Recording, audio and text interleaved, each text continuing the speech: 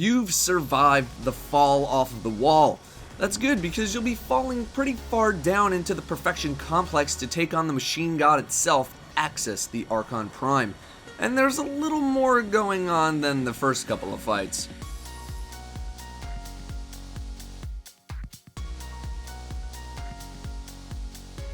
Group composition is flexible, with the obvious Night Stalker hunters being welcome.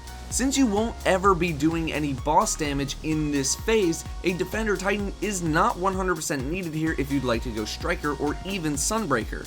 Stormcaller or Voidwalker Warlocks are quite good here to help with nuking high priority targets. Weaponry is also pretty open. Anything that gives you bonus super energy on kills is more than welcome. Shotguns are actually not too bad here thanks to the many major captains in the fight.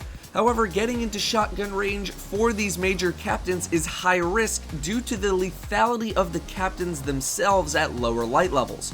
For the first part of the encounter, you don't really need a sniper rifle at all, since this part of the fight doesn't involve doing any boss damage. Swords are also pretty handy here. Before you begin, split your team into 3 groups of 2, left, middle, and right. Sound familiar yet? The middle team will need to deal with a little bit of extra damage from the boss since they don't have a lot of cover. The other teams should stay near the giant pillars for cover from the boss and adds. When the fight is activated, the boss will come alive and will stay on the center platform the entire time. Adds will start spawning a few seconds after the fight starts, Dregs and Vandals. You'll also need to deal with a major melee Vandal, which you should focus down quickly. About 15 to 20 seconds after adds start spawning, each lane will have either a major solar, null, or shock captain spawn. These captains are very lethal at lower light levels. Their light is 380. This is why Warlocks should be spec'd for very high damage supers.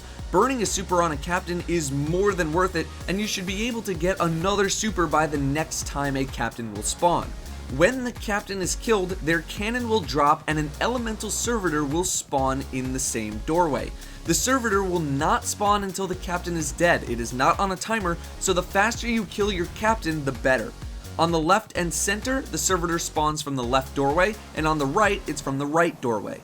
The elemental servitor that spawns will be one of 3 elements, Arc, Solar, or Void, and will not be the same element of the captain that you just killed on your side except for one specific instance later in the fight.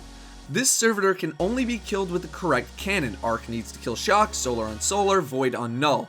The servitors do not attack at all and do not have aggro. They will follow a set path to their destination, which is a plate in the ground with some red fire indicating where the plate is located. If they reach their destination before they are killed, this will trigger an event that will wipe you. You cannot let this happen. So, this means the people who pick up the cannons need to rotate around to blow up their servitor. To kill your servitor, when you shoot a blast from your cannon, press and hold the fire button for a short time to let the shot charge up. This will one-shot the servitor. The servitor will then drop a Siva charge. On the center platform of the room where the boss is will be the Siva diamond icons that you've come to know. These are targets for your Siva charges. You need to throw the charge at the target, and as a reminder, Siva charges will expire over a short time, so you need to be somewhat quick. A very crucial thing to note is that if you pick up a cannon and then drop the cannon, you will receive a debuff called Charge Lockout. For 30 seconds, you cannot pick up a Siva charge. This is why people with the cannons will not be picking up the charges. Note that if you drop the cannon, you can pick the cannon back up again or any other cannon. The debuff is only for Siva charges. Once all of the targets are hit, the Shank phase starts. Let's go over the game plan now, this being the game plan that my team uses. You should feel free to use a plan that works for your team. This is simply what worked for us. It sounds like there's a lot going on, but in practice, it happens over the course of less than 30 seconds. When we assign players to specific sides, left, middle, and right, we also assigned cannon players and Siva charge players. One person per side is a cannon player and the other is a Siva charge player. When the captain dies, the person assigned to the cannon will pick up their cannon as soon as possible. Players should also immediately call out which elemental servitor is spawning on their side. The cannon players will then rotate to the side that they need to go to in order to destroy the servitor that they need to, while the charge players stay on their side and wait for their servitor to be destroyed so that they can throw the Siva charge at the target. when the cannon player kills their servitor, they should rotate back to their original side. Here's an example of what this portion of the fight looks like with communication. Can't you? I don't know, nor do I want to find out. Yeah, I have a shot. At least I feel right like at the that moment. could be important though. If it's we're gonna important wipe later, it again, check it out. Alright, call him out. Alright, I have a shot cannon. Solar left. Wait, I need help on this null. Right. Solar left. Down. One mid. Alright, Okay. so we're right. Arc right, arc right. Yep. Arc, So- come to me. Out So of. I'm coming to Arc. middle and go. Throwing left. Alright, so You can go. Yeah. Yeah, we're good. Alright, we're done. The most common way of dying for my team has been because of the captains and their damage. There are many ways to combat this. Night Stalker Hunters using smoke grenades to stun, Striker Titans using flashbangs to blind, using supers like Stormtrans, Fist of Havoc, or Nova Bomb, using swords, or just using heavy in general. I've been able to get a super for every captain wave in a fight, so that's a very easy way to get rid of the captain quickly. For the first round of servitors, you'll only need to hit 2 targets on the boss platform, one on the left and one on the right. After hitting all of the targets, the shank phase of the fight starts. In the ceiling above the boss will spawn what seems to be an endless amount of shanks. Just so many shanks. There's nothing special going on here, you just need to kill them. They're very easy to kill, but don't let too many into the arena because they're pretty lethal. Keep killing them until they stop spawning. When the shanks stop spawning, round 2 will start. Round 2 is exactly the same as round 1, except now you have 3 targets to hit instead of 2. This really doesn't change anything from the plan, so go ahead and continue the fight. You'll be greeted by many shanks once again if you complete the round. Round 3 is no different to round 2 except for the fact that you now need to hit 7 targets with the Siva charges, 2 left, 2 right, and 3 middle. This means that the cannon players will need to stay mobile and communication needs to be constant to let people know which servitors are spawning where. The Siva charge players should continue to stay on their side. You also have a limited amount of time to make all of this happen, as Aksis will trigger his wipe mechanic if you're going too slowly. You'll have 9 servitors spawn in total during this round, meaning at some point, for example, the Arc servitor will spawn from the same doorway as the Arc captain did. Usually this is on the final wave of servitors in the round. In case of someone dying on a side before the captain is killed, the remaining person should grab the cannon regardless. Whoever the Siva charge players are need to take note of who died where so that they can rotate to throw the Siva charge for the dead player. So for example, if the right side only has 1 person alive, the Siva charge player in the middle should take care of their charge first, then the right side. What you should really do is throw whichever charge is set to expire first though, just communicate with your team. After you destroy all 7 targets, the encounter is over and you'll get a break in the action and some loot. However, you're not exactly done yet. Shoot Aksis in the face to trigger phase 2 of the encounter. Group composition for phase 2 can remain somewhat similar to phase 1, however since you're actually doing boss damage now, you should make sure to have 1 or 2 defender titans for weapons of light. If you have an abundance of titans, any others can go to Striker Titan for captain killing. Warlocks can stay as Voidwalker or Stormcaller. Anyone who switched to a shotgun might want to switch back to a sniper for boss killing. Phase 2 of Aksis will mobilize him, turning him into a spider tank. For approximately 1 minute, he will teleport around the room shooting at you, in addition to throwing Siva clouds at you which deal damage over time. You'll also have shanks spawning from everywhere, and they are very lethal if you happen to get caught, so play safe. A new mechanic is added to the fight called Empower, which will be very important later. When Empower is triggered, 3 random people in the raid will be targeted with the buff. The buff greatly increases movement speed but otherwise does not affect your damage. Empowered buffs going out also means that the captains will be spawning very shortly. Continue the phase as normal. It will be the same thing as the boss fight in phase 1 with the captains and the servitors, except this time you'll be throwing the Siva charges at the boss in the center. 3 charges are required to bring down its shield. This is where empowered players are really important. When the boss is hit with 3 charges, it'll become vulnerable and will teleport to one of 4 places: towards the back on the left or the right, in the middle of the room, or in the back of the room. You need to have each of the empowered players spread out enough so that they can stun Aksis. You'll only get about 3 to 4 seconds to stun the boss, which you do by jumping into the red area on his back and dunking him with square or X if you're on Xbox. If Aksis is stunned, the empower buff rotates to new players, so those players need to quickly communicate where they need to go in order to stun Aksis. If Aksis at any time is not stunned, a Siva density critical event will trigger.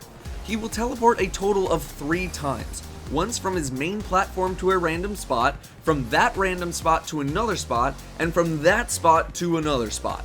Aksis will stay at the first 2 places he teleports to for about 15 seconds from the time it is stunned. If you stun the boss for a 3rd time, it'll stay for 25 seconds. The teleport works as follows. When he teleports to a location, Aksis will not teleport to the same spot back to back. So, if he's on the left side for the first teleport, the second teleport will never be the left side again. However, Aksis could go left on the 3rd teleport. After the 25 seconds of damage you get on Aksis on the 3rd teleport, it'll go back to the middle platform and trigger a Siva density critical event. To avoid this, you need to use one of the 4 pillars in the back of the room with a glowing light. Simply jump to the pillar and stand on it to avoid the attack. It works very similarly to Vosek. Note that if you use multiple pillars to avoid the attack, all pillars used will disappear. You only have 4 platforms to work with, meaning you only have 5 damage cycles to bring Aksis down. If Aksis enrages, nothing about the fight changes, but it'll be your last chance to kill the boss. This process repeats itself over and over again until you bring the boss to about 5% health. At 5%, the boss will teleport back to the main platform and will trigger the self-destruct sequence. You must kill Aksis before this goes off or it's a wipe. This DPS race is a lot tougher than Oryx's DPS race was, so save some heavy ammo. The game plan for Phase 2 is very similar to Phase 1, but requires a lot of constant communication. When Empower goes out, try to assign positions as fast as possible. Ideally, 1 person per side will have Empower when it's triggered, but it doesn't always work out like that.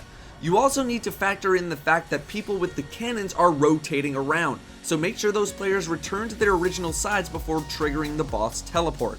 Besides the captains, poor communication is what will ruin attempts on this boss.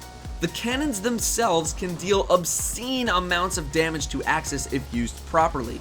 When using the cannons, make sure you let the shot fully charge for maximum damage. Increase this damage with weapons of light on yourself and shadow shot applied to the boss. When used effectively, they'll make very quick work of the boss's health. Try to make sure the players with the highest light levels are using the cannons so that you can deal maximum damage. I've also seen swords used, I've seen G-horn spam, I've seen a lot of methods, but whatever works for your group, do it. Here's what a full cycle on the boss looks like with communication. This is from our very first kill. Empowered Make left. sure you're reloaded. Okay, yep. Reload I'm everything. empowered as well, Datto. Leopard is okay, I'm not empowered. Okay, I'm gonna stay here on right then. He's hiding again. Oh. You got a super or something? Shock left. Shock. Shock left. Shock My super is a bubble. Dead. Shock left. I'm just gonna G-horn him, dude. Yeah. Good. Knock left. Okay, go. Dead. No one's coming left. I'm coming left. We just killed our dude. Wait, mid. Solar right, solar right. I'm empowered. I'm going left. There you go. I'm empowered on right. Okay, let's make sure we have one empowered in the middle. But like, if you got bubble, nice. Okay. Oh, And done. throw. Here's the last throw. But like, Empowered hang on middle. left. Hang middle. Back He's mid, in the back, mid, he's in the back. Back mid, back mid. I'm too far away. He's got it. Damn it, damn it. I'm empowered. Where do we need me? I'm empowered, I'm staying right. Okay, Staying right. coming left. Howard, stay mid. Right. Right. I'm here. I'm right here. What are you talking about, Cracker? No longer empowered. I'm still empowered. I'm gonna go, I'm Going no a little longer bit to the empowered on middle. left. Go left middle. Go left middle. Outhouse. Alright, going. Power low mid. Receiver ready. Power ready. left. Back middle. Mid, Back. mid. It's late. Oh, but like, go. Nice move. Oh, yeah. Burn them, boys. There is also another completely optional mechanic in the fight and can be a little complicated for newer groups. When you're empowered, you'll occasionally have the opportunity to give away your empowered buff in order to give everyone in the raid a super. Every time the boss teleports, one of the 3 plates where the servitors aim to go will light up with fire. If you happen to go to this plate and hold square, or X for Xbox, before Aksis is stunned in a cycle, you'll get rid of your empower and everyone gets a super. Remember that the empower buff rotates to random people after Aksis is stunned, so this shouldn't affect how many people get the empowered buff. To take advantage of this mechanic, position people halfway in between the plate and where Aksis would teleport to, so that if a person does not need to stun Aksis, they can attempt to supercharge. Not every plate is lit up every single time though, it only seems to be one, and the plate that is active can be on the same side that Aksis teleports to, where obviously you wouldn't want to use your empower to charge everyone, but rather stun the boss. If this seems confusing or unnecessary, then do not even bother with it. You never actually need to do this during the fight if you do not want to, but some people have been speculating that it may be important for hard mode, so we'll see. Here's a grid of positioning if you are going to attempt to supercharge players. The X's are the teleports, the O's are the supercharge plates. The wait markers are basically where you should wait to try to either stun the boss or get supercharged. However, if you do not plan on trying to supercharge, then the wait markers can be moved closer to the X's of where the boss will teleport. Empowered on the left and right should also try to stay towards the middle as well to help the mid player, since the mid player will probably want to stay a little bit back for the back teleport. If Aksis is very low, I would advise using primary weapons to bring the boss down to 5% health so that you can save heavy ammo or cannon shots for when Aksis goes to the middle for the self-destruct. If you manage to burn Aksis down during the self-destruct, then congratulations, you are done. And that will conclude the Wrath of the Machine raid guide for the normal difficulty. I'll be back with hard and challenge mode guides upon their release. Overall, I really enjoyed the raid and think it was some of Bungie's best work yet, but I'll probably make another video with some extended thoughts on the raid very soon. If you enjoyed my guides, a positive rating would be greatly appreciated. Thank you all very much for watching, and I'll see you in hard mode.